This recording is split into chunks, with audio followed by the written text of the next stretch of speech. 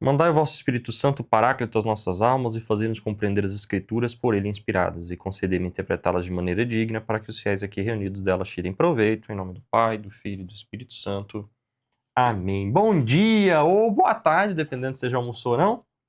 Sou Carlos Neves, aqui é o Vox Fidei, o nosso clube de leitura da Sagrada Escritura, e estamos lendo nesses dias os Salmos, né, o livro dos Salmos. Estamos vendo essas poesias maravilhosas que são fundamentais tanto para a fé judaica quanto para a fé cristã.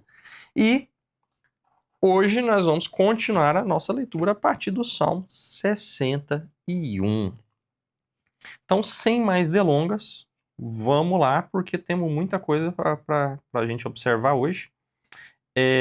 Vamos começar já com o Salmo 61, que é um salmo, né, que traz aqui no cabeçalho dele ao maestro do coro com instrumento de corda de Davi. Então, aqui aquelas velhas informações que a gente já está acostumado, né? A quem ele é dirigido, a autoria dele atrelada a Davi, né?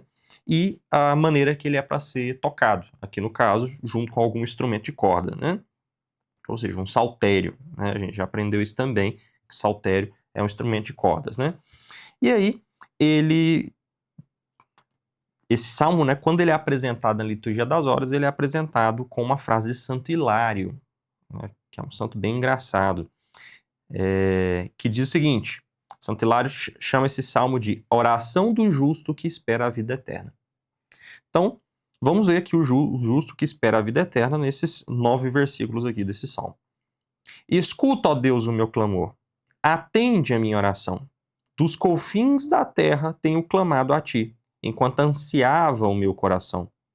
Leva-me até o rochedo inacessível, pois te tornaste minha esperança, torre fortificada diante do inimigo. Morarei na tua tenda para sempre, ficarei protegido à sombra das tuas asas, pois tu, meu Deus, ouviste minhas promessas e me deste a herança dos que temem o teu nome. Então aqui, essa pessoa que está procurando ser protegida por Deus, ela vai usar 3 linguagens para se referir onde Deus está. No seu rochedo, na sua tenda, debaixo das suas asas. Essas 3 imagens, né, se referem necessariamente ao Templo de Jerusalém.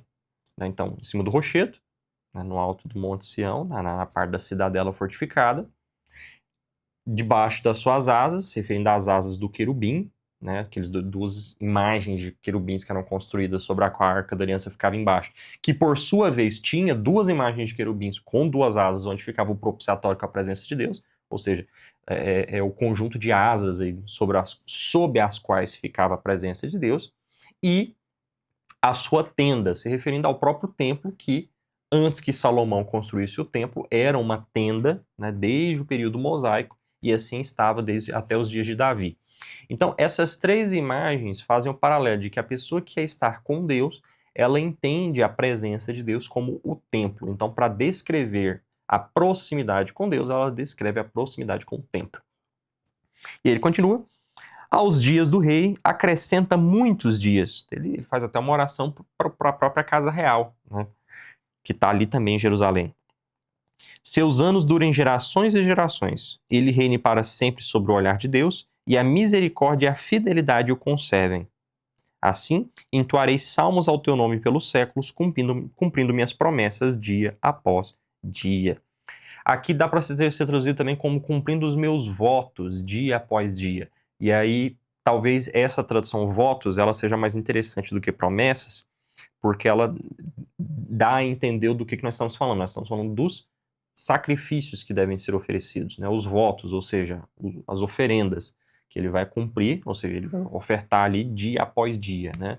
Fazendo o sacrifício diariamente no templo, como pede a liturgia lá no Levítico. Vamos agora para o Salmo 62. O Salmo 62 é um salmo que traz no seu cabeçalho ao maestro do coro sobre Iditum, Salmo de Davi. Então, ao maestro do coro, a quem o salmo está dirigido, ou quem vai puxar o salmo cantando, né? Sobre Iditum, não sabemos necessariamente o que significa isso, mas provavelmente é a melodia, né? E Salmo de Davi. é um salmo que está atrelado a Davi, seja porque Davi o compôs ou foi composto durante o reinado do rei Davi, ou foi atribuído a Davi. E aí a liturgia das horas traz, né, um trecho da carta aos Tessalonicenses para apresentar para a gente o sentido cristológico desse salmo, ou seja, como nós vamos ler e entender, né, o que esse salmo tem a ver com a fé cristã. E o trecho aqui é da carta de São Paulo aos Tessalonicenses, capítulo 5, versículo 5, que diz: vigia diante de Deus quem rejeita as obras das trevas. Então, quem é que está junto de Deus? Quem rejeita as obras das trevas. Mais especificamente, a gente tem uma catequese do Papa João Paulo II, né, que eu não vou ler ela inteira aqui, né, mas ele basicamente diz: o Salmo 62, de São João Paulo II, hein? O Salmo 62, no qual nos detemos para refletir, é o Salmo do amor místico, que celebra a adesão total a Deus, partindo de um anseio quase físico e chegando à sua plenitude num abraço íntimo e perene. A oração faz-se desejo, sede e fome, porque envolve a alma e o corpo. Como escreve Santa Teresa de Ávila, a sede exprime o desejo de algo, mas um desejo tão intenso que perecemos se dele nos privamos. Deste salmo, a liturgia propõe-nos as primeiras duas estrofes, que estão centradas precisamente no símbolo da sede e da fome, enquanto a terceira estrofe faz oscilar um horizonte obscuro do juízo divino sobre o mal, em contraste com a luminosidade e a candura do resto do salmo. Então, a palavra de São João Paulo II é a análise dele, né? Então a gente vai ver aqui esse desejo, essa fome, essa escuridão e depois um salmo mais tranquilo, segundo o próprio Papa. Vamos lá. Só em Deus repousa, ó minha alma, pois dele vem a minha salvação. Sim, ele é meu refúgio e salvação, minha defesa, jamais vou vacilar. Até quando vos lançareis contra um homem?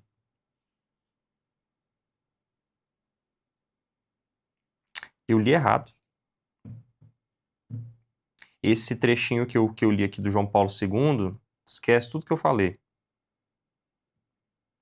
Ele é pro próximo salmo que eu vou ler. Tô fazendo besteira, desculpa, gente. Já vou ler esse João Paulo II, vou inverter a ordem aqui dos 62 e 63. A fala do João Paulo II e da carta aos Tessalonicenses é pro Salmo 63. Ó Deus, tu és o meu Deus desde a aurora e eu te busco. A minha alma tem sede de ti, por ti deseja a minha carne, numa terra deserta, seca, sem água. Esse é o trecho. Eu já falei isso, né? No hebraico tem uma peculiaridade, porque a palavra alma e garganta se escrevem do mesmo jeito. Então tem esse trocadilho de alma com sede, garganta seca, né? Tem esse paralelo. Assim no santuário me apresentei para contemplar o teu poder e a tua glória, pois tua misericórdia vale mais do que a vida, e meus lábios te louvarão. Assim te bendirei enquanto viver, e no teu nome erguerei minhas mãos. Como de banha e gordura será saciada minha alma, e minha boca te louvará com lábios jubilosos. Aquela ideia da antiguidade, do pessoal que comia gordura, né? Então, e aí a garganta ficava molhadinha, né? E minha boca te louvará com lábios jubilosos, quando lembrar-me de ti no meu leito, pensando em ti nas vigílias noturnas. Pois tu fostes o meu auxílio, e ao abrigo das tuas asas exultarei. Mais uma vez a ideia das asas. A ti se apega minha alma, enquanto a tua mão direita me acolhe. Quanto àqueles que procuram lançar minha ruína, irão para as profundezas da terra. Serão entregues ao poder da espada e acabarão como presa dos chacais. Aqui é a parte imprecatória, né? Ele amaldiçoa aqueles que o perseguiram, dizendo que vão terminar sendo comidos por chacais, que eram, né, animais ali que comiam os corpos que estavam jogados sem serem sepultados, né? Então é nesse sentido. Mas o rei se alegrará em Deus, vão gloriar-se todos os que juram por ele, pois será fechada a boca dos que falam mentiras. E aqui termina com uma oração dirigida ao rei de Israel, da casa davídica, que no sentido cristológico a gente lê como Cristo. E aí, né, o rei se alegrará em Deus e vão gloriar-se todos os que juram por ele, pois será fechada a boca dos que falam mentiras. Né? Os que juram por ele não é no sentido de eu juro por Deus, não, tá, gente? É no sentido de que ele é a base para a verdade, ele é o referencial para o qual as coisas são feitas, né? Voltando agora no Salmo 62, que eu troquei aqui, é porque aquela questão da numeração, né, gente? Dependendo da Bíblia, ela numera diferente. E aí eu me troquei nisso aqui, perdão. O salmo que eu vou ler agora, esse sim, que traz como cabeçalho ao maestro do coro sobredito um salmo de Davi, que eu ia ler anteriormente. Esse, a Liturgia das Horas, traz um trecho da carta de São Paulo aos Romanos, que diz que o Deus da esperança vos encha da alegria e da paz em vossa vida da fé. Em vossa vida da fé, isso mesmo. Então aqui ele já tem uma outra ideia, né? Ele vai mais no sentido de que Deus que é quem dá a paz a quem a procura. Então vamos lá. Só em Deus repousa, ó minha alma, pois dele vem a minha salvação. Sim, ele é meu refúgio e salvação, minha defesa, jamais vou vacilar. Até quando vos lançareis contra o homem, para abatê-lo todos juntos? Como a uma parede inclinada ou um muro que desmorona? Sim, eles tramam precipitá-lo do alto, comprazendo-se na mentira. Com sua boca bendizem, mas no coração amaldiçoam. Só em Deus repouso a minha alma, pois dele vem minha esperança. Ele é meu rochedo e minha salvação, minha defesa, jamais vou vacilar. Em Deus está minha salvação e minha glória, minha rocha segura, o meu refúgio está em Deus. Confia nele toda a assembleia do povo, diante dele derramai vossos corações. Deus é o nosso refúgio. Aqui, então, ele traz, né, a pessoa que sempre confia em Deus e não importe o que se faça. E aí ele fala de algumas pessoas que querem precipitá-lo do alto, que também pode ser traduzido como precipitá-lo das alturas, né? Ou seja, quer removê-lo da presença de Deus, mas ele se mantém junto de Deus. Um sopro apenas são os filhos de Adão, uma mentira os filhos dos homens. Se levantados na balança, são mais leves, todos juntos, do que um sopro. Aqui no sentido de vanidade, né? Aquilo que é vão, aquilo que é, né, vaidoso, ou seja, que é vazio, não dura. Os nossos dias, a nossa vida é muito pouca, não dura, né? Então passa. Não confieis na violência e não vos deixeis enganar pela rapina. Se crescerem as riquezas, não prendais a elas o coração. Uma só vez Deus falou, estas duas coisas eu ouvi. O poder vem de Deus, e a ti, Senhor, pertence a misericórdia, pois a cada um retribuirás segundo as suas obras. Então, aqui é uma forma poética, né? Deus falou uma vez, mas eu ouvi duas, né? Ou seja, a palavra foi martelada, né? O poder só pertence a Deus. Quem acha que tem poder, não tem. Então eu vou confiar só em Deus, porque o poder só vem dele. Essa é a ideia de confiança em Deus aqui. Aí o próximo salmo, que é o Salmo 63, a gente já leu, o cabeçalho dele diz, Salmo de Davi, quando estava no deserto de Judá. Então é um salmo que, né, diz o cabeçalho aqui que foi composto pelo próprio Davi no tempo em que ele estava se escondendo de Saul. Então, né, essa alma sedenta de Deus aqui, né, nesse sentido, São João Paulo II fala da importância desse salmo. Agora vamos para o Salmo 64. Fiz um vai e volta aí, né? E ele também é um salmo de Davi, né? Dirigido ao maestro do coro. E a Liturgia das Horas traz uma frase de Santo Agostinho que diz: este salmo se aplica de modo especial à paixão do Senhor. Então já é a segunda vez que a gente vê, lendo aqui os salmos, um salmo em que o próprio Santo Agostinho diz diretamente que está falando de Jesus, mais necessariamente da paixão de Cristo. A gente já tinha visto no episódio passado, Santo Agostinho fazendo esse paralelo, e agora, de novo. Então vamos ver aqui como esse salmo fala da paixão de Cristo. Ouve, ó Deus, a minha voz em meu lamento. Do medo do inimigo, guarda minha alma. Protege-me da conjura dos malfeitores, da multidão dos que praticam iniquidade. Afiaram suas línguas como espadas, atiraram suas flechas, as palavras venenosas, para acertarem às escondidas o inocente. Então, toda aquela ideia de que a prisão de Jesus ela foi tramada, ela foi feita às escondidas, de madrugada, ele foi julgado com parte do sinédrio apenas, com acusações falsas, né? Então, tudo feito às escondidas, de modo venenoso, né? Hão de feri-lo de repente sem nada temer, pois combinaram entre si um plano iníquo. Discutiram para armar ciladas as ocultas, indagando quem as verá. Tramaram maldades, consumaram os planos traçados. São abismos, as profundezas do ser humano, o seu coração. Mas Deus os atingiu com suas flechas. De repente foram feridos, e a sua própria língua os arruinou. Então, a ideia de que o feitiço aqui voltou contra o feiticeiro, né? Então, eles tinham a língua, afiavam a língua como espada e com as suas flechas alvejavam o justo, né? Agora Deus vai alvejá-los com flechas e vai confundi-los com a própria língua deles, né? Então, do mesmo jeito que eles atacaram, a coisa vai ser devolvida. Olho por olho, dente por dente. O princípio da justiça, que era muito claro, né, para um judeu, sobretudo que tinha vivido na Mesopotâmia, né?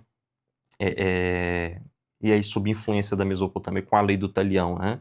Então, antes que Cristo venha dar a forma perfeita da lei, na mentalidade deles, nada mais justo que Deus retribua exatamente do mesmo modo.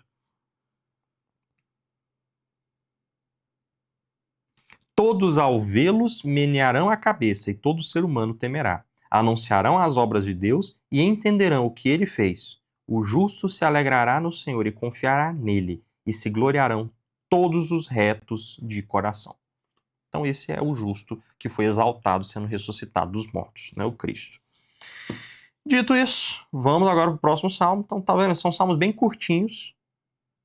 O próximo salmo, ele é um salmo de ação de graças, ou seja, ele é um salmo, né, que vai louvar a Deus, né, pelo bem que fez ao povo.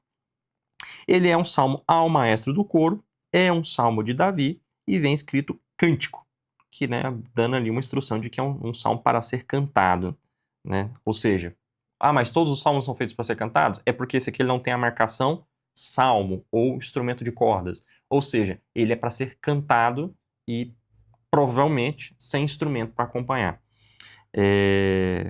Vamos lá. Esse salmo aqui, na liturgia das horas, né, traz uma frase de Orígenes, que é aquele padre da igreja, né, que compõe a patrística, tem muitos textos valiosos, é muito querido para a igreja, né, mas não veio a se tornar santo, né, sobretudo porque no final da vida ali nos seus escritos, né, ele caiu em algumas heresias, né? E para ser um padre da igreja você precisa ser, sobretudo, de fé ortodoxa, né? No sentido de fé reta, né? Orígenes, ele cai em heresia no finalzinho da vida ali, por isso ele não é ou melhor, Santo Orígenes, né? Porque o nome dele é com vogal, né? Santo Orígenes. Um ou outro vai falar, porque o Orígenes, na verdade, se castrou. Na verdade, essa história não tem comprovação histórica e era uma fofoca que o Tertuliano, que também não é santo, porque também caiu em heresia, dizia de Orígenes, que Orígenes tinha se capado para ficar mais fácil cumprir a castidade. E esse seria o motivo para ele não ser santo, né? Mas é uma fofoca do Tertuliano, a gente não tem essa certeza, tá? Orígenes não é santo não por causa de uma fofoca do outro influencer que tinha que estar... As brigas de influência católica, um falando mal do outro, né? É pela heterodoxia que ele abraçou, certo? Dito isso, Orígenes vai dizer sobre o salmo que nós vamos ler, o Salmo 64. Ou melhor, o Salmo 65, tô doidão já. Sião significa a cidade celeste. Então, quando nós lemos aqui que está falando de Sião, o Monte Sião, sobre o qual Jerusalém está construída, a gente vai entender esse monte, essas alturas, como o próprio céu. Esse é o sentido cristológico que a gente deve atribuir a esse salmo. Então, vamos lá. A ti convém o louvor, ó Deus, em Sião. A ti se pagarão as promessas em Jerusalém. A ti que escutas a oração, virá toda a carne, por causa da iniquidade. Mesmo que pesem sobre nós as nossas transgressões, tu as perdoarás. Então, sobre nós vai vir a sua carne. O Senhor vai perdoar as nossas transgressões. A ideia do Deus que se encarna, que toma a carne, a nossa carne, se encarna, né? Então, ditoso é aquele que escolheste e acolheste. Ele morará nos teus átrios. Ficaremos repletos dos bens da tua casa, da santidade do teu templo. Então a ideia de que os justos morarão na casa do Senhor. Está se referindo ao templo, mas se a gente lê no sentido cristológico, o justo mora na presença de Deus. Cristo sobe ao Pai. Maravilhosamente com tua justiça, tu nos ouvirás, ó Deus da nossa salvação. Esse trecho aqui ele tem algumas traduções que podem ser feitas. Primeira versão. Maravilhosamente com tua justiça tu nos ouvirás, ó Deus da nossa salvação, que foi a que eu li. Também pode ser traduzido como: maravilhosamente com tua justiça tu nos ouvirás, ó Deus Salvador. Salvador da nossa salvação. Então, muito parecido ainda, né? Mas, se estiver seguindo mais a Septuaginta do que a Bíblia hebraica, ou seja, mais a versão grega do que a versão hebraica, vai estar escrito: maravilhosamente com a tua salvação tu nos ouvirás, ó Deus Salvador. Parece meio repetitivo esse salvação, salvador, mas traduzir justiça como salvação, né, tem um peso muito forte, sobretudo para os cristãos que liam em grego. Porque os primeiros saltérios ali que foram amplamente lidos pelos cristãos nos primeiros séculos eram todos em grego, não eram em hebraico, né? E essa ideia de que a palavra justiça foi substituída por salvação, para os cristãos é muito forte isso, porque o que está mostrando aqui não é que Deus vai cumprir o julgamento e vai proteger o justo e destruir todo mundo, e aí não vai salvar ninguém, né? Mas no sentido de que Deus vai redimir todo mundo. Então, maravilhosamente com a tua salvação, tu nos ouvirás, ó Deus da nossa salvação, esperança de todos os confins da terra e do mar distante. Repara, todos os confins da terra. É uma salvação que não vai se estender apenas ao justo, a Israel, mas a toda a terra. Se fosse justiça a toda a terra estaria condenada, né? Mas a salvação a toda a terra. Tu que tornas firmes os montes com tua força, cingido de poder. Acalmas o bramido do mar, o estrondo das suas ondas e o tumulto dos povos. Está aqui mostrando como Deus é firme, né? É Ele que empresta a firmeza dele para as montanhas. Ele tem o poder de acalmar o mar. E aí qualquer paralelo que você fizer com Jesus aí, veja aqui uma profecia, né? E do mesmo jeito que ele acalma o mar, ele também consegue acalmar as multidões. Hão de temer por causa dos teus sinais os que habitam os confins da terra. Por outro lado, encherás de gozo as saídas do Oriente e do Ocidente.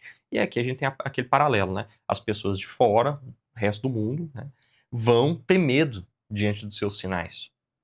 Então aqui ele teria colocando a justiça dele e pesando sobre esses povos. Aí o próximo versículo vem e fala: por outro lado, encherás de gozo as saídas do Oriente e do Ocidente.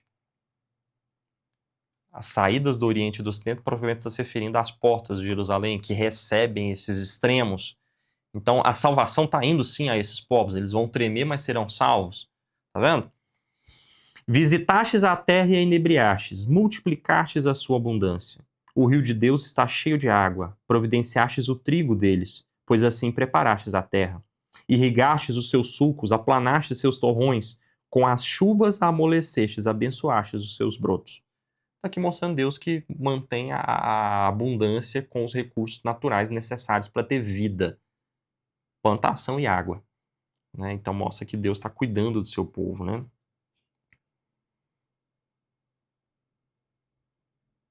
Coroastes o ano com a tua benignidade e os teus passos destilam fertilidade. Gotejam as pastagens do deserto e as colinas se cingem de alegria. Os prados se revestem de ovelhas e os vales se cobrem de trigo. Eles gritam, cantando hinos.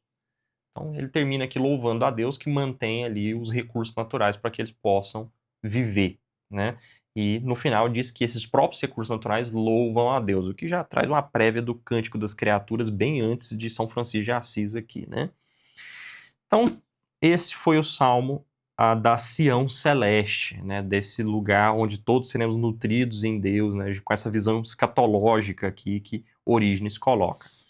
O Salmo que nós vamos ler agora, o 66, ele traz como cabeçalho ao maestro do coro, cântico, salmo.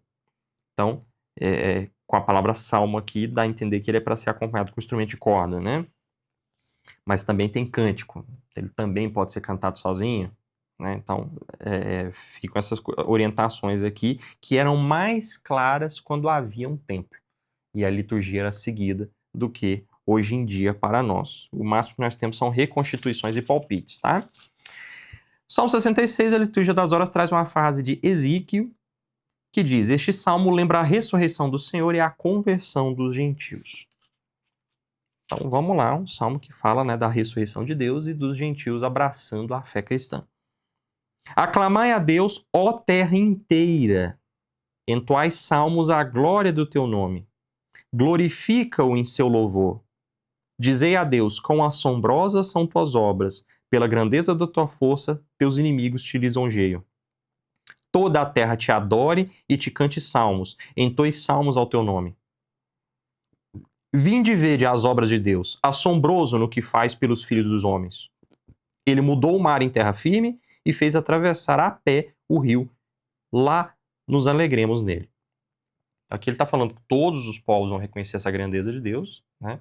Esse Deus que fez o povo atravessar o mar e o rio. Se referindo aqui à passagem do Mar Vermelho no Êxodo, liderados por Moisés, e a passagem do Jordão, liderados por Josué, em Josué, né?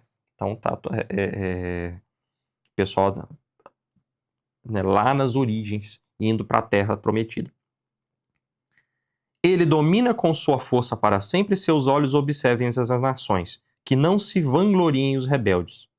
Bendizei, ó povos, tá vendo no plural, povos, os mais variadas multidões, ao nosso Deus. Fazei ouvir em alta voz o seu louvor. Ele preservou nossa alma para a vida e não deixou que vacilassem nossos pés. Pois tu nos provastes, ó Deus, com fogo nos purificastes como se purifica a prata. Fizeste-nos cair numa armadilha, tribulações pusestes às nossas costas. Deixaste que pisassem sobre nossas cabeças. Passamos pelo fogo e pela água, mas afinal nos conduzistes ao repouso. Entrarei na tua casa com holocaustos, para ti cumprirei minhas promessas, que meus lábios formularam e minha boca pronunciou no momento da tribulação. Oferecei gordos holocaustos com a fumaça de carneiros, para ti molarei bois com cabritos. Vinde e escutai, vós todos que temeis a Deus, e vos contarei quantas coisas ele fez em meu favor. Então repare, é alguém que foi humilhado, passou por muita coisa, mas Deus só estava permitindo essas humilhações para purificá-lo como a prata se purifica no fogo. E depois ele volta para o convívio de Deus, para o templo de Deus, para oferecer os sacrifícios a Deus. Mas se a gente lê no sentido cristológico, como Ezequiel estava dizendo que fala da ressurreição de Cristo, a gente vê o Cristo que passou pela paixão porque Deus estava o exaltando. E aí ele volta ressuscitado por Deus para o convívio de Deus. Cristo pode dizer: vinde e escutai vós todos que temeis a Deus e vos contarei quantas coisas ele fez em meu favor. A ele gritei com minha boca e o exaltei com minha língua. Se eu tivesse percebido maldade no meu coração, o Senhor não teria me ouvido. Mas Deus me ouviu, atendeu à voz da minha súplica. Bendito seja Deus que não rejeitou minha oração e não afastou de mim a sua misericórdia. Então, termina com esse louvor aí do seu Cristo, que não foi humilhado, mas foi ressuscitado. Vamos agora para o próximo salmo, que é um salmo festivo, tá? Que basicamente, né, mostra como o povo prometido, o povo da aliança, né, é protegido por Deus. E aí ele traz como cabeçalho ao maestro do coro, com instrumento de corda, salmo, cântico. Agora ele traz as 3 instruções, né? Com instrumentos de corda, salmo, cântico, né? Mostrando ali como ele pode ser apresentado. A liturgia das horas traz um trecho de Atos, capítulo 28, versículo 28, que diz: sabei que essa salvação de Deus já foi comunicada aos pagãos. Né? Então, os apóstolos estão dizendo ali que, né, que já estão levando a salvação, né, ao batismo e a imposição de mãos com a vinda do Espírito Santo também para os não-judeus. Que Deus tenha piedade de nós e nos abençoe, que faça brilhar sobre nós a sua face, que se reconheça na terra o teu caminho e em todas as nações a tua salvação. Então, esse trechinho faz você lembrar alguma bênção que a igreja tem, né? Mas a bênção que a igreja faz é baseada na bênção de Abraão. Então, na verdade, a igreja não tira a bênção desse salmo, mas tanto a bênção da igreja quanto a esse salmo se remetem à bênção de Abraão, tá? Que Deus tenha piedade de nós e nos abençoe, que faça brilhar sobre nós a sua face, que se reconheça na terra o seu caminho e em todas as nações a tua salvação, que os povos te louvem, ó Deus, que te louvem todos os povos. Alegrem-se e exultem as nações, pois tu julgas os povos com justiça, e as nações na terra tu governas. Que os povos te louvem, ó Deus, que te louvem todos os povos. A terra produziu o seu fruto, que Deus, o nosso Deus, nos abençoe. Que Deus nos abençoe e o temam todos os confins da terra. Então repara, por mais que haja um povo escolhido, a salvação vai para toda a terra. E os judeus já na antiguidade já cantavam isso, né, de que todos os povos, né, vão receber a salvação de Deus.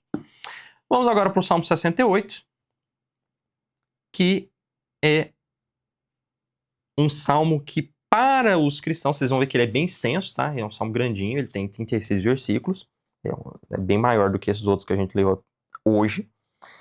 Ele é um salmo muito significativo para os cristãos, né? A igreja, ela sempre olhou com muitos bons olhos esse salmo, apesar dele ter um trechinho imprecatório, no qual ele lança uma maldição terrível aqui para o povo. No geral, ele é um salmo que, para os cristãos, tem um sentido muito profundo. E por quê? Porque ele fala bastante de Cristo. Ele fala bastante do Novo Testamento. Os próprios evangelistas gostavam desse salmo ao ponto de o tempo inteiro mostrar: isso está cumprindo aquela passagem, isso aqui está cumprindo aquela passagem. E eles tiram um trecho desse salmo. Então, assim, esse salmo, ele é bem querido por nós, tá? Então, vamos lá. Deus se levanta. O cabeçalho desse diz: ao maestro do coro, Salmo de Davi, cântico, né? E a liturgia das horas traz o trecho do Evangelho de São Mateus, que faz referência aqui ao salmo, que é: deram vinho misturado com fel para Jesus beber. Aquele trecho lá em que ele fala: tenho sede, os soldados misturam ali uma bebida amarga, colocam numa esponja e levam até a boca dele, né? Deus se levanta, seus inimigos se dispersam e fogem da sua face os que o odeiam. Então, agora sim, aquela oração de São Miguel Arcanjo pega aqui também nesse salmo, né? Como se dissipa a fumaça, tu os dispersas. Como se derrete a cera diante do fogo, assim perecem os pecadores diante de Deus. Alegrem-se os justos e exultem na presença de Deus, e sintam gozo na alegria. Cantai a Deus, cantai salmos ao seu nome, abri caminho para aquele que cavalga nas nuvens. Senhor é o seu nome, alegrai-vos diante dele. Aqui, a gente tem aqui: cantai a Deus, né? Abrir caminho para aquele que cavalga nas nuvens. Javé é o seu nome. Aí a gente tem um trecho aqui. A sua Bíblia, ela pode estar: aquele que avança no deserto. No lugar de cavalga, avança. No lugar de nuvens, deserto. Por quê? A Bíblia grega, que não entendeu o hebraísmo, traduz como avança no deserto. Mas se a sua Bíblia for mais fiel ao hebraico, então ela vai estar como a Bíblia da CNBB, cavalga nas nuvens. Por que palavra difícil. Cavalga nas nuvens e não avança no deserto? É porque a palavra cavalga e avança podem ser traduzidas do mesmo verbo, e nuvens e deserto no mesmo sentido aqui também. Mas é mais fiel ao hebraico a gente dizer cavalga nas nuvens, pois existe um mito cananeu que diz que Baal era o deus principal exatamente pela habilidade que ele tinha de andar nos ventos. Ele era meio jato invisível da Mulher Maravilha, tá ligado? Ele sentava e ia cavalgando os ventos. Ele tinha esse transporte dele, ele andava sentado nos ventos. Então ele era o senhor dos ventos, senhor do céu, né? Eu não consigo falar isso e não lembrar do Indra na mitologia hindu, que também é o senhor dos céus e controla os ventos, né? Apesar de não ser o Deus absoluto, porque o Deus absoluto é a tríade Brahma, Shiva e Vishnu. A mesma coisa se aplica aqui no cananeu, né? Pro cananeu, Baal não é o Deus principal, porque o primeiro Deus de todos é El, mas El não participa de nada, ele fica quieto na montanha dele lá. Então é Baal quem luta contra os monstros, é Baal que vence o Leviatã e é Baal que cavalga os ventos. E aí o que o hebraico faz? Ele fala que existe um Deus que cavalga os ventos, mas o seu nome é Javé. Então ele retira o Baal do poder e coloca Deus com essa característica, para dizer: olha, Baal não tem esse poder, quem tem esse poder é Deus. Então, para o hebraico tem um sentido mais pesado que no grego se perde, né? Então, cantai a Deus, cantai salmos ao seu nome. Abri caminho para aquele que cavalga nas nuvens. Javé é o seu nome. Alegrai-vos diante dele. E aí, por respeito à Sagrada Escritura, né, vai substituir Javé por Adonai, ou seja, por Senhor, e vai colocar em caixa alta em português, né? Vai colocar em caixa alta para a gente entender que ali estava escrito o nome de Deus.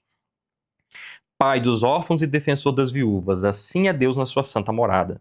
Deus dá moradia aos desamparados, faz cair os prisioneiros para uma vida feliz, mas os rebeldes ficarão numa terra árida. Ó Deus, quando saístes à frente do teu povo e quando atravessastes o deserto, a terra tremeu e os céus se derramaram. Aqui ele está se referindo, especificamente nesse começo aqui, Deus sair na frente do seu povo, ao êxodo, no qual a nuvem de Deus ia à frente do acampamento e o povo andava. A nuvem abaixava, eles paravam. Tem muita gente que fala, ai, não tem como ter demorado 40 anos no deserto, né? Considerando que o povo de Deus só andava quando a nuvem andava e a nuvem assentava e ficava meses, anos parada, e o povo só andava quando a nuvem ia à frente. É possível sim, né? A própria Sagrada Escritura coloca isso, né? Lá no Êxodo.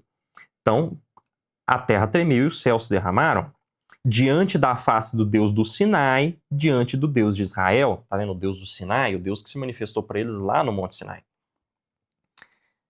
Agora, ele diz, mandastes uma chuva torrencial, ó Deus, e a tua herança enfraquecida a restaurastes. Teus animais nela habitavam e na tua bondade tu a preparastes para o pobre. Toda a linguagem que está sendo utilizada aqui nesse versículo bebe lá em Juízes, na canção de Débora. Então, se a gente for lá em Juízes, capítulo 5, nos versículos 4 e 5, tem o cântico de Débora. Depois que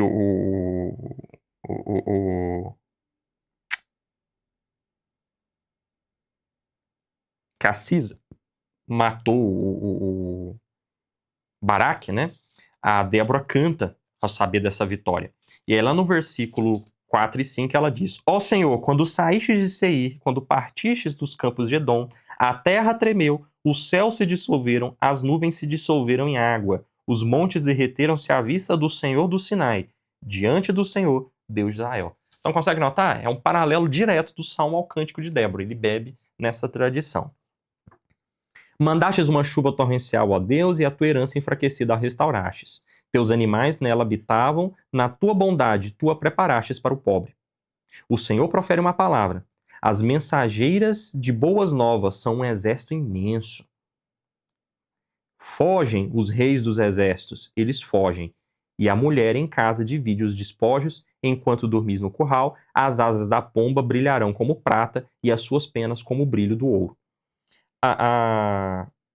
É possível a gente entender que essa pomba, que é um símbolo de Israel e tudo, mas a verdade é que o real sentido dessa metáfora, especificamente da pomba com asa de prata aqui, se perdeu. A gente não sabe o real sentido. Você vai achar trocentas interpretações possíveis, mas o real sentido disso aqui a gente não sabe mais. Se perdeu a referência que era isso aqui, tá?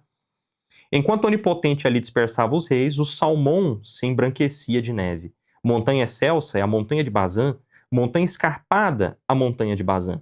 Por que tendes inveja, ó montanhas escarpadas, da montanha na qual Deus quis habitar? Nela Deus habitará para sempre? Os carros de Deus são miríades de milhares? O Senhor vem do Sinai para o santuário. Subistes para as alturas, levando cativo o cativeiro. Recebestes seres humanos como tributo, para que mesmo rebeldes habitem junto do Senhor Deus. Bendito seja o Senhor dia por dia. Ele nos conduzirá, o Deus da nossa salvação. A ideia de que as grandes montanhas de Bazã sentem inveja do Sinai e de Sião, desses dois montes que Deus escolheu para ele. Primeiro no Sinai, depois lá já em Jerusalém, o Monte Sião, enquanto as grandes montanhas de Bazã, por mais altas que sejam, não foram escolhidas, né? Então elas ficam com inveja. E aí Deus escolhe o seu povo, ele aceita os seres humanos como tributo, aquela consagração dos primogênitos que lhe pertencem. A gente leu isso lá no Êxodo, né? Ele falou, ó, uma vez que eu matei todos os primogênitos e vocês escaparam, todos os primogênitos são meus, né? Então vocês me pertencem, né? Vocês vão ter que me servir. Bendito seja o Senhor dia por dia, ele nos conduzirá à salvação. Já li essa parte. Aqui. De fato, Deus esmaga as cabeças dos seus inimigos, o crânio cabeludo dos que andam no delito. Disse o Senhor, vou trazê-los de Bazã, da profundeza do mar os trarei de volta, para que teu pé banhe no sangue e a língua dos teus cães recebam a parte dos inimigos. A parte meio imprecatória aqui, né, dizendo que os inimigos não terão direito de serem sepultados e por isso os cães vão comer os cadáveres dele. É uma maldição judaica terrível isso aqui, né? Porque em português pede um pouco do peso, mas isso em hebraico é muito pesado. Eles viram os teus cortejos, ó Deus, os cortejos do meu Deus e de meu rei no santuário. Precedem os cantores, por último vêm os salmistas. No meio, as jovens batendo símbolos. Nas assembleias, bendizei a Deus. Ao Senhor, vós que sois das fontes de Israel. Ali Benjamim, o mais novo, os conduz, aos príncipes de Judá com suas fileiras, os príncipes de Zabulon e os príncipes de Neftali. Tá aqui, a gente tem eu constatando mais uma vez que eu troquei os salmos, porque o que tem importância para a gente é a insistência é o próximo e não o que eu estou lendo agora. Mas aqui vem o ponto, né? Ali Benjamim, o mais novo, os conduz, mostrando que a menor e mais nova das tribos está conduzindo o pessoal. Aos príncipes de Judá com suas fileiras, mostrando ali a realeza de Judá, né? Os príncipes de Zabulon e os príncipes de Neftali, as duas tribos que compõem ali a religião da Galileia. Mostra, ó Deus, a tua força. Confirma, ó Deus, o que realizaste em nós. Por teu templo que está em Jerusalém, os reis vão te trazer presentes. Ameaça a fera dos juncos, a manada dos touros com os bezerros dos povos, que eles se prostrem com suas lâminas de prata. A fera dos juncos e a manada dos touros estão se referindo a duas nações que são inimigas de Israel. Tá? Quem é a fera dos juncos? Né? Onde é que tem junco plantado perto do rio? Egito. Tá? A fera dos juncos, ou seja, aquela nação que parece um monstro que se esconde no meio dos juncos ali, é o Egito. A manada dos touros, qual a nação tinha o touro como símbolo real, símbolo do seu poder? A Mesopotâmia, né? A Babilônia, né? Então, esses dois povos aqui, né? A Mesopotâmia e o Egito, né? Eles se prostrem diante de Deus. Dispersa as nações que querem a guerra. Virão os nobres do Egito. E a Etiópia estenderá suas mãos para Deus. Reinos da terra, cantai a Deus, salmodiai ao Senhor, salmodiai a Deus. Aquele que cavalga os céus, e aqui a gente pode entender o mito que eu tinha falado antes, os céus eternos, ele fará ressoar sua voz, voz poderosa. Atribui a força a Deus, sua magnificência está sobre Israel, a sua força nas nuvens. Admirável é Deus desde o seu santuário. O Deus de Israel, ele dará força e poder a seu povo. Bendito seja Deus. Então termina com essa imagem aí de Deus governando o Oriente, né? Esse trecho aqui, que eu estou fazendo muita confusão hoje, gente, desculpa mesmo. Esse trecho todo que eu li, com essas referências aqui, a Liturgia das Horas traz o trecho dele na Carta aos Efésios, que diz: tendo subido às alturas, ele capturou prisioneiros e distribuiu dons aos homens. Esse trecho da Carta aos Efésios está falando de Cristo, né? Mostrando aqui esse poder de Cristo sobre todos os povos. Agora, dito isso, agora nós vamos para o Salmo, cuja referência tem a do Fel, que eu falei, que é o Salmo 68, né? É porque eu estou trocando a numeração aqui, eu estou muito doidão hoje. E esse Salmo, que é bem mais extenso do que o outro por um versículo, na verdade não é tão bem mais extenso, porque esse aqui tem 36, esse aqui tem 37, mas também é um Salmo extenso. Esse aqui é o que a gente vai ver que ele fala claramente da paixão de Cristo. Tá? A gente vai ver vários trechos, ele é muito querido pelos cristãos por causa disso. A gente vai ver algumas coisas aqui nesse sentido. Sobretudo a questão dos soldados zombarem dele e oferecerem fel como bebida, cumprindo ali a profecia. Então vamos lá. Ao maestro do coro, conforme a melodia de Os Lírios, de Davi. Então vamos lá. Deixa eu ver se dessa vez eu estou fazendo certo. Dessa vez eu estou fazendo certo. Deram vinho misturado com fel para Jesus beber. Vamos lá. Salva-me, ó Deus, pois a água chegou até a minha garganta. Estou atolado no lodo da profundeza e não tenho apoio. Caí na profundeza das águas e o vagalhão me cobriu. Cansei-me de gritar, minha garganta ficou rouca. Meus ossos se consomem enquanto espero por meu Deus. Multiplicaram-se mais que meus cabelos, os que me odeiam sem motivo. Ficarão mais fortes os que me perseguem, meus inimigos mentirosos. Então, o cenário aqui é de alguém que está, né, se afogando no lodo, na lama, aqui, pedindo socorro, porque tem muita gente que detesta ele.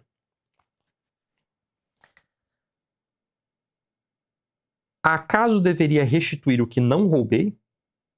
Ó Deus, tu conheces a minha insensatez, e meus delitos não te estão ocultos. Não se envergonhem por mim os que esperam em ti, Senhor. Senhor dos exércitos, segundo o Senhor, agora em caixa alta, né? Não fiquem decepcionados por minha causa os que te buscam, ó Deus de Israel. Por tua causa padeci insultos, e a vergonha me cobriu o rosto. Tornei-me um estranho para o meu irmão, um estrangeiro para os filhos de minha mãe. Pois o zelo pela tua casa me devorou, e os insultos do que te insultavam caíram sobre mim. A gente tem muita coisa aqui, né? Em primeiro lugar, o autor aqui, ele se vê como alguém justo. Ele fala, olha, Deus até sabe o que eu pequei, mas eu não estou sofrendo pelo que eu pequei. E aí, no sentido cristológico, a gente sabe que Cristo não pecou, né? Mas ele nega, inclusive, as acusações. Eu não roubei nada, eu não tenho motivo para estar sofrendo. E tem muita gente que espera em ti por minha causa. Então não me humilha porque eles confiam no Senhor. E aí ele fala, tornei-me um estranho para a minha própria família. Né? Os meus irmãos me veem como estranho, os filhos de minha mãe me veem como estrangeiro. A minha parentela não me reconhece. A gente lembra dos parentes de Jesus falando, quem é esse? Espera aí, não era ele o filho do carpinteiro? Não era ele? A gente vê aquele estranhamento dele na terra dele, na qual ele não fez nenhum sinal. Ele vai embora sem fazer sinais ali, porque não foi recebido, e ele mesmo vai dizer, o profeta não é recebido na sua terra, né? Então, aqui já tem um primeiro paralelo aqui, que o próprio evangelista faz esse paralelo, né? E depois ele vem, pois o zelo pela tua casa me devorou. E é exatamente esse o trecho que São Mateus diz, que os apóstolos lembram quando Jesus começa a expulsar os vendilhões do templo. Então tá vendo? Tem muita referência aqui nos evangelhos. Chorei por minha alma jejuando, mas isso resultou em opróbrio para mim. Eu me vesti de luto e me tornei para eles objeto de escárnio. Falavam contra mim os que se sentavam à porta. Sobre mim cantarolavam os que bebiam vinho. Eu, porém, elevei minha oração a ti, ó Deus, no tempo favorável. Conforme tua grande misericórdia, escuta-me, na fidelidade da tua salvação. Tira-me do lodo, para que eu não afunde, e serei livre dos que me odeiam e da profundeza das águas. Então me tira de onde eu tô afogando, né? Mas tem a galera que tá debochando, zombando de mim. Então, mais uma vez, um retrato da Paixão de Cristo. Né? Apesar de que aqui eles falam, sentavam à porta. É o lugar de reunião da cidade, né? Onde ficavam todo mundo ali mesmo, né? Tire-me do lodo para que eu não afunde e serei livre dos que me odeiam e das profundezas das águas. Não me arraste a correnteza das águas, nem a profundeza me engula. E o poço não feche sua boca sobre mim. Escuta-me, Senhor, pois tuas misericórdia benfazeja, segundo a tua grande ternura olha para mim. Não escondas do teu servo a tua face, atende-me depressa, pois estou angustiado. Aproxima-te de mim e vinga-me, por causa dos meus inimigos, resgata-me. Tu conheces o meu opróbrio, a minha vergonha e a minha confusão. Todos os que me afligem estão diante de ti. A ignomínia esmagou meu coração e desfaleci. Esperei em vão quem se condoesse de mim, e ninguém apareceu. Quem me consolasse, e não encontrei. Esse trecho aqui é muito forte, tem umas vias sacras que colocam isso, né? Na Paixão de Cristo ali, né? Eu procurei alguém que me consolasse e eu não encontrei. Eu tô sozinho, os meus apóstolos fugiram, não tem ninguém, né, comigo. Como alimento me deram fel, e na minha sede me deram vinagre. Que a sua mesa se transforme para eles em armadilha, em paga do mal, em pedra de tropeço. Então aqui, mais uma vez, o evangelista viu claramente aqui uma referência, né? São Mateus fala, olha lá, deram fel como bebida, deram vinagre misturado com fel para ele, quando ele disse que estava com sede. Então tá muito claro isso aqui. Que os seus olhos fiquem escuros. Agora a parte que vai vir é imprecação, tá? É maldição total agora, tá? Que a sua mesa se transforme para eles em armadilha, em paga do mal e em pedra de tropeço. Que seus olhos fiquem escuros e não enxerguem. Torna sempre enfermos os seus rins. Você joga a pedra no rim pro cara, tá? Aí isso é maldição, né? Derrama sobre eles a tua ira, e o furor da tua ira os alcance. Que a sua morada fique deserta, e não haja quem habite em suas tendas.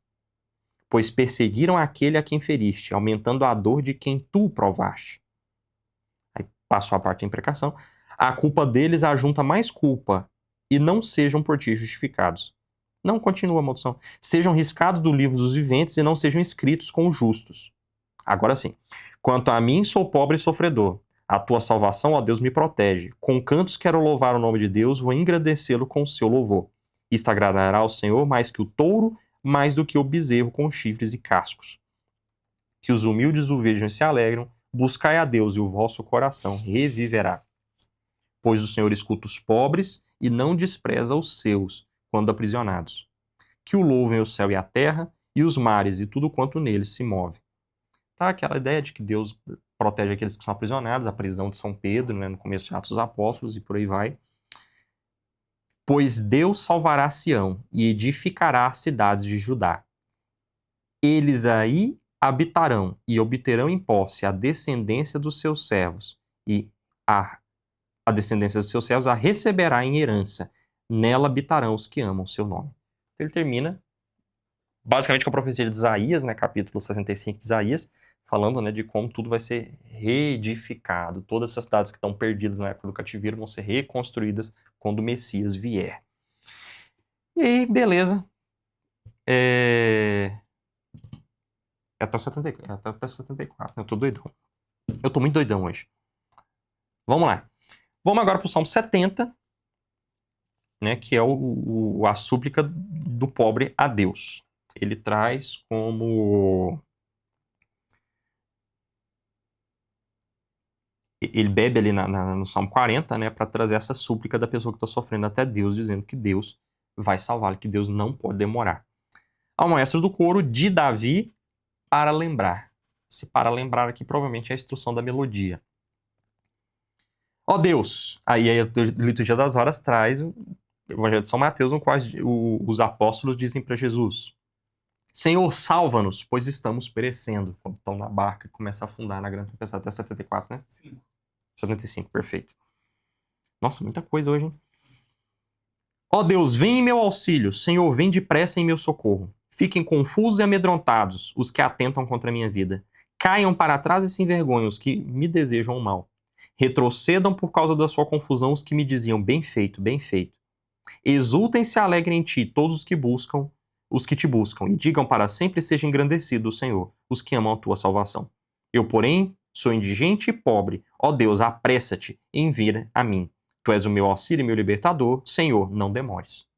Então, basicamente ali, para quem é do bem, Deus abençoa. Para quem é do mal, Deus castiga. E é isso. Próximo salmo, Salmo 71. Ele é um salmo, né, de alguém que está louvando aqui, né, tudo que Deus fez. Ele não tem cabeçalho, trazendo para a gente as informações, né, o que deixa ele meio solto aqui no meio desse monte de salmo, né? Mas a Liturgia das Horas traz o trecho da carta de São Paulo aos Romanos, dizendo: sede alegres por causa da esperança, fortes nas tribulações. Né? Esse conselho, né? Quase essa ordem de São Paulo de como a gente deve ser. E aí, como que a gente tem que ser? No espírito que esse salmista canta aqui. O que esse salmista canta? Em ti, Senhor, espero, não serei confundido para sempre. Na tua justiça, liberta-me e defende-me. Inclina para mim o teu ouvido e salva-me. Sê para mim uma rocha de defesa e uma casa fortificada para que me salves, pois tu és o meu rochedo e o meu refúgio. Ó meu Deus, livra-me da mão do pecador e da mão do ímpio, do violento e do perverso, pois tu és minha esperança, ó Senhor, minha confiança, ó Senhor, desde a minha juventude. Em ti me tenho apoiado desde o seio materno, desde o ventre da minha mãe és o meu protetor. Em ti está sempre o meu louvor. Para muitos tornei-me como se fosse um prodígio, mas tu és o meu poderoso protetor. Que a minha boca se encha do teu louvor, da tua grandeza o dia todo. Não me rejeites no tempo da velhice. Quando diminuírem minhas forças, não me abandones. Então, por mais que as pessoas falam que eu sou uma pessoa ótima, meu foco está todo no Senhor. Não me abandona. Fica comigo o tempo inteiro, desde pequenininho até velhinho. O tempo inteiro. Pois meus inimigos de mim falavam, e aqueles que me espreitavam se uniram na sua trama, dizendo: Deus o abandonou, persegui-o e alcançai-o, pois não há quem o liberte. Ó Deus, não fiques longe de mim. Meu Deus, vem depressa em meu socorro. Sejam confundidos e desfaleçam os adversários da minha vida. Sejam cobertos de confusão e vergonha os que me desejam males. Eu, porém, esperarei sempre, e aumentarei cada vez mais o teu louvor. Minha boca anunciará a tua justiça, cada dia a tua salvação, tão grandes que não sei enumerar. Irei cantar grandes feitos do meu Senhor. Senhor, quero lembrar-me só da sua justiça. Tu me instruístes, ó Deus, desde a minha juventude, e até agora anuncio as tuas maravilhas. Mesmo na velhice, ao declinar da vida, ó Deus, não me abandones, até que eu anuncie a força do teu braço a toda geração que vier. Teu poder e tua justiça, ó Deus, chegam às alturas. Tu que fizestes grandes coisas, ó Deus, quem é semelhante a ti? Com grandes tribulações, numerosas e pesadas me fizestes ver, mas de novo me destes a vida, e dos abismos da terra de novo me tirastes. Então, a ideia aqui, né, no sentido de que eu morri, mas Deus foi lá e me tirou do Sheol, né? E aqui se aplica claramente ao Cristo, né? Aumentarás a minha grandeza e voltando-te me consolarás, pois eu também te louvarei ao som do saltério pela tua fidelidade, ó meu Deus. Eu te salmodiarei com a cítara, ó Santo de Israel. Exultarão meus lábios quando eu cantar para ti, e exultará minha alma que resgatastes. Também minha língua o dia todo meditará a tua justiça, quando estiverem confusos e amedrontados os que procuraram a minha ruína. Então, tá vendo? É um louvor a Deus, sempre confiante que Deus vai protegê-lo, né? Próximo salmo, ele é um salmo diferenciado. Por quê? Primeiro, porque ele é um salmo dirigido ao fato de que o Messias ele é um rei. Ele é um rei que, inclusive, recebe presentes, né, de povos distantes. Mas ele é um salmo que traz no seu cabeçalho de Salomão. Então é um salmo que não é de Davi, mas do seu filho Salomão, que teria ali mantido a tradição do pai de compor. E aí a gente tem um salmo que é atribuído a Salomão. E vamos ver o que Salomão disse. A liturgia das horas traz o texto do Evangelho de São Mateus que diz: abriram seus cofres e ofereceram-lhe presentes, ouro, incenso e mirra. A passagem dos santos reis, né? Os reis magos. Vamos ver aqui no que está dizendo. Ó Deus, dá ao rei o teu direito e tua justiça ao filho do rei, que ele governe teu povo com justiça e os teus pobres com o direito. Então repara, ao rei e ao filho do rei. Então é bem a ideia de Salomão, pedindo para que Deus mantenha a casa davídica e abençoe este filho de Davi que está falando, né? Para que ele governe com justiça. As montanhas tragam a paz ao povo e as colinas a justiça. Ele julgará os pobres do povo, salvará os filhos do indigente e humilhará o caluniador. Ele permanecerá com o sol e com a lua, de geração em geração. Então aqui ele vai se manter tanto como o sol e a lua se mantêm na terra. Aqui a gente pode ler o Salomão pedindo sabedoria para julgar corretamente. Vai lembrar, o Supremo Tribunal Federal da época era o rei, né? Você julgava ali com os anciões, os chefes dos 70 e tudo, mas a causa última ia para que o rei julgasse, né? Tanto é que na casa de Jesus, quando chegam e falam de Jesus de Nazaré, a primeira coisa que Pôncio Pilatos faz é mandá-lo para Herodes, para que Herodes julgue. Mas esse é problema de Herodes, não é problema meu. A última instância é dele, né?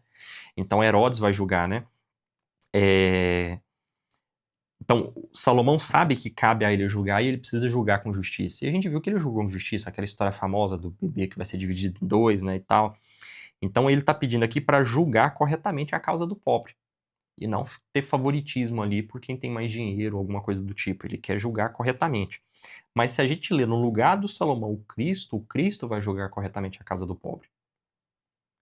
Se o Salomão quer durar para sempre ali na dinastia Davi, Cristo vai durar para sempre na dinastia davídica, né? Então, você pode ler no sentido literal, Salomão pedindo essas coisas aqui, mas você também pode e deve ler no sentido cristológico, né? A alegoria que está sendo dita aqui.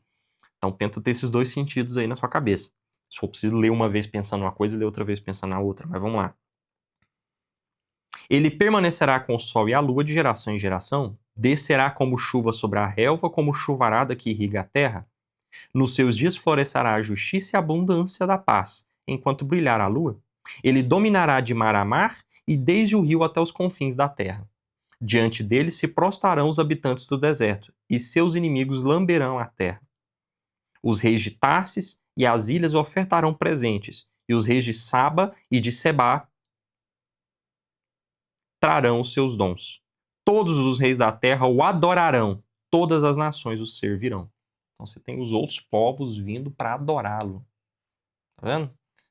É muito fácil ler o sentido cristológico disso aqui. Pois ele libertará o indigente que suplica e o pobre que não tem quem o ajude. Ele se compadecerá do pobre e do indigente e a vida dos pobres salvará. Ele os resgatará da opressão e da violência e o sangue deles será precioso a seus olhos. Ele viverá e o ouro de Saba, ou de Sabá, lhe será dado. Orarão sempre por ele e o dia todo o bendirão. Haverá fartura de trigo na terra, ondulado no alto das montanhas, e o seu fruto será como o Líbano, da cidade florescerão os habitantes como erva da terra. Então, aqui mostrando a glória, o reino estabelecido, mas a gente também pode pensar nas grandiosas obras salomônicas que a própria rainha de Sabá veio conferir, né? Seja bendito o seu nome pelos séculos, diante do sol seja bendito o seu nome. Leres serão abençoados todas as tribos da terra, todas as nações o engrandecerão. Bendito seja o Senhor Deus, o Deus de Israel, o único que faz maravilhas. E aí tem aquele versículo, que a gente já sabe o que significa, mas vamos ler esse versículo. E bendito seja o nome glorioso para sempre, toda a terra será repleta de sua glória. Amém, amém. Esse versículo final, ele marca o fim do segundo livro dos Salmos. Lembra que eu já falei para vocês, os 150 Salmos são divididos em 5 livros. São praticamente o Pentateuco davídico, né? São 5 livros dos Salmos. A gente acabou de terminar o segundo livro dos Salmos, que termina aqui no final do Salmo 72. E aí tem uma nota que diz o fim das orações de Davi, filho de Jessé. Né? E aí nós vamos começar no Salmo 73, o livro 3 dos Salmos, que vai até o Salmo 89, é o livro 3, né? E vamos, que só faltam 3 salmos, a gente vai acabar, Bundes, vai dar certo. Tem tempo, tá dentro. Tô dentro do tempo, então. Vamos lá. Mais um salmo, né, no qual o justo sofre, né, e não entende por que está sofrendo. O cabeçalho dele diz que é um salmo de Asaf. A gente sabe que Asaf era um dos levitas que Davi escalou para compor salmos, né? Então é alguém da corte ali. E a liturgia das horas traz o trecho do Evangelho de São Mateus, capítulo 11, versículo 6, que diz: Feliz aquele que não se escandaliza por causa de mim, diz Jesus, né? E aí vem: como Deus é bom para os que são retos, Deus para os que são de coração puro. No entanto, quase tropeçaram os meus pés, por pouco não escorregaram os meus passos, pois comecei a ter inveja dos arrogantes, vendo a prosperidade dos ímpios. Não há obstáculo para eles, sadio e bem nutrido é o seu ventre. Não passam pela fadiga dos mortais e não são atingidos com os outros. Por isso a soberba é para eles um colar, e como a veste os envolve a violência. A iniquidade lhes brota como da gordura, do seu coração surgem fantasias, zombam e falam com malícia. Da sua altivez falam iniquidades. Então nota, é alguém que olha pro mal, pro ímpio, pro cara que só faz maldade e vê que tudo na vida dele é perfeito. Tudo ele prospera, tudo ele tem dinheiro. Ele tem o carrão do ano, ele tem a casa, a família perfeita no Instagram, toda instagramável, a família dele. Tudo na vida dele dá certo. E aí pensa o salmista: é invejável. E eu quase tropecei, eu quase invejei, eu quase pequei desejando ser como ele. Por que que eu sigo a Deus e não tenho uma vida plena de satisfação igual ele, que está seguindo a Deus? Será que ele é mais abençoado a Deus do que eu? O salmista ele traz um questionamento que a gente já viu no livro de Jó, que é todo o questionamento do livro de Jó. Por que que pro mal acontecem coisas boas e pro bom às vezes acontecem coisas ruins? É isso que o salmista está debatendo aqui. Então vamos ver.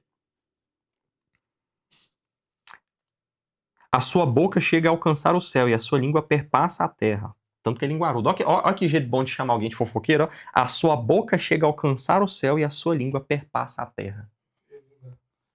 Gigante a língua dele. Por isso moram no alto e a enchente não chega até eles. Chegam a dizer: como é que Deus sabe? E como é que o Altíssimo tem conhecimento? Vede, assim são os pecadores, vivendo sempre na abundância e multiplicando suas riquezas. E eu disse: para nada conservei puro meu coração, e na inocência lavei minhas mãos. Tenho sido molestado o dia todo, e desde amanhã sou castigado. Se eu dissesse: falarei com ele, como eles, estaria traindo a geração dos teus filhos. Eu refletia para compreender isso, mas era uma fadiga aos meus olhos. Até que entrei no santuário de Deus e compreendi qual era o fim deles. De fato, colocaste-os em chão escorregadio e os fizestes cair na ruína. Como se transformaram em desolação, caíram de repente destruídos pelo terror. Como o sonho de quem se acorda, Senhor, levantando-te desprezarás a imagem deles. Quando se amargurava o meu coração e meus rins se compungiam, eu era como um insensato e não sabia, estava diante de ti como um animal. Eu, porém, estou sempre contigo, segurastes a minha mão direita. Com teu conselho me guias, e depois me receberás com honras. A quem tenho eu no céu? Tendo a ti, nada quero sobre a terra? Desfalece a minha carne e o meu coração. Deus é o rochedo do meu coração, minha herança para sempre. Quanto àqueles que se afastam de ti, eles perecerão. Tu fazes perecer todos os que se prostituem contra ti. Para mim, é bom estar junto de Deus. Pôr no Senhor Deus minha esperança, e eu anunciarei todas as tuas obras nas portas da filha de Sião. A filha de Sião, que é Jerusalém, nas portas de Jerusalém, ou seja, no lugar de reunião. Eu vou reunir com o povo e vou anunciar o seu louvor. Então, repara, ele inveja o pessoal, mas depois ele fala, não, pera, eu não posso querer ser como eles. Eu tô com Deus. E ele reconhece, nossa, eu estava aqui junto com Deus, desejando ser como os ímpios. Eu era uma mula, um animal, né? Mas Deus me segurou pela mão aqui, me segurou aqui, e eu vou anunciar, né, como Deus é bom para os povos, né? Então, é um salmo interessante aí, mostrando essa falsa percepção da teologia da prosperidade, né? De que quem santifica seu trabalho é rico, é um empresário de sucesso porque, né, é um cristão premium. Não existe isso, né? Não existe. Isso não é cristianismo, desde o Antigo Testamento até o Novo. O próximo salmo, ele é um salmo de lamento. Ou seja, o nosso salmista, ele está lamentando, ele está inconsolado, ele está triste. Por quê? Porque ele está vendo a destruição do templo. São salmos que datam ali dos ataques da Babilônia contra Jerusalém. Então, a gente vai ver esse salmista aqui triste, né? O salmo é atribuído como um poema de Asaf, então é um salmo ali da casa de Asaf, né, que seria esse autor. E a liturgia das horas traz um trecho de Jesus dizendo: não tenhais medo dos que matam o corpo. E eu acho que isso traz todo o sentido aqui pra gente quando vê a casa de Deus sendo destruída, né? Fica tranquilo, é só a construção. Por que, ó Deus, nos rejeitas para sempre? Por que arde o teu furor contra as ovelhas da tua pastagem? Recorda da tua comunidade que adquiristes desde o início. Resgatastes a tribo que é tua herança, ó Monte Sião no qual habitas. Eu li ó e é o, perdão. Resgatastes a tribo que é a tua herança, o Monte Sião no qual habitas. Volta teus passos a essas ruínas sem fim. O inimigo tudo devastou no santuário. Rugiram os que te odeiam no meio da tua assembleia. Levantaram suas bandeiras como insígnias. Pareciam como quem vibra o machado para o alto numa densa floresta. Destroçaram suas portas a uma. Com machado e martelo as derrubaram. Entregaram ao fogo o teu santuário e profanaram por terra a morada do teu nome. Disseram no seu coração, vão oprimi-los todos eles, e incendiaram todos os santuários de Deus no país. Não vemos mais nossos sinais, não há mais profetas. Em Lamentações, capítulo 2, a gente vê algo parecido, o autor lamentando que já não existe um profeta que profetize a reconstrução de Israel. Ou seja, destruíram tudo e não tem ninguém para falar que a gente vai passar para uma melhor. Não tem, é só tristeza. Não vemos mais nossos sinais, não há mais profetas. E entre nós não há quem saiba até quando. Até quando, ó Deus, o inimigo proferirá insultos? O adversário desprezará o teu nome até o fim. Por que retiras tua mão e retens no peito a tua destra? Mas Deus é o nosso Rei antes dos séculos. Ele é quem realizou a salvação na terra. Com teu poder dividistes o mar, esmagastes as cabeças dos dragões nas águas, destroçastes as cabeças do Leviatã e o destes como pasto aos monstros do mar. Aquela ideia de que, né, o Baal era o herói que matou o Leviatã, e aí Israel os tira e fala que quem tem poder para esmagar o Leviatã é só Javé. Né? Então, o Senhor teria destruído as cabeças desse monstro de várias cabeças, marítimo, terrível aí. Fizestes brotar fontes e torrentes, rios perenes fizestes secar. Teu é o dia e tu é a noite, estabelecestes os luzeiros e o sol. Tu fixastes todos os confins da terra, o verão e o inverno tu os plasmastes. Lembra-te disto, o inimigo insultou o Senhor, um povo insensato desprezou o teu nome. Ele faz uma recapitulação no Gênesis, né? O Senhor criou tudo. Ou seja, o Senhor pode tudo e o inimigo está desprezando o Senhor, você não vai fazer nada. Não entregues às feras a vida dos que te louvam, não esqueças até o fim a vida dos teus pobres. Olha para a tua aliança, os grotões da terra estão cheios de antros de violência. Que o humilhado não retorne confundido, e o pobre e o indigente louvarão o teu nome. Levanta-te, ó Deus, defende a tua causa, lembra-te das injúrias contra ti, feitas pelo insensato o dia todo. Não esqueças a gritaria dos teus inimigos, o tumulto dos teus adversários aumenta sempre. Então, esse salmo, e a gente vai ver muitos salmos agora de lamentação, né? Eles mostram a riqueza que é o livro dos salmos. Quem compilou isso aqui, ele só pegou toda a poesia que tinha, todas as músicas que tinha e juntou. E aí virou esse mistureba, né? Cada salmo, ele é um sentimento totalmente diferente, um ensinamento totalmente diferente, um contexto totalmente diferente. E eles servem para você rezar nos diferentes sentimentos que você tiver aí na sua vida, né? E esse salmo especificamente, ele é um salmo devastador, né? Porque a pessoa olha e vê Jerusalém destruída e Deus não fazendo nada. Ele fala, mas o Senhor pode tudo, por que você não está fazendo nada? E ele questiona Deus. E ele não vem no final de modo consolado dizer, e Deus fez maravilhas. Igual a gente já viu outras vezes aqui em orações do justo sendo perseguido. Aqui ele está totalmente desolado. O espírito da composição aqui é de alguém que viu algo terrível, né? Então, cada salmo ele tem a sua riqueza, a sua individualidade e mostra um tema totalmente novo, né? São poesias aleatórias aqui, mas que mostram, aleatórias no sentido da ordem, né? Eles não parecem seguir uma estrutura específica, né? E aqui a gente vê isso, né? Enfim. Vamos para o último salmo de hoje, o Salmo 75, é um salmo curtinho.